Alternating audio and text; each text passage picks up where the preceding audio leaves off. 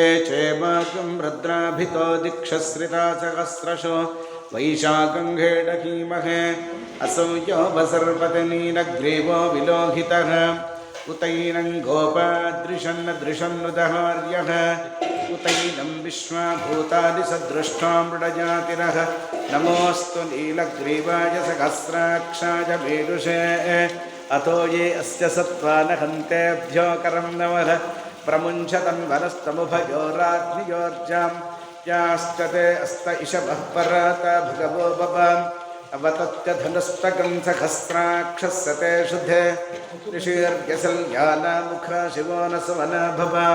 विद्यं दलक्कवर्धिनो विशल्यो पाण्डभागम्बुताम् अन्येषन्नस्येषवाभुरस्य निषङ्गतिः या ते हि कर्मेणुस्तमहस्ते बभूवते धनुः तयास्मान् विश्वतस्तमयक्ष्मया परिभुज नमस्ते अश्वायुधाय अनातताय कृष्णवे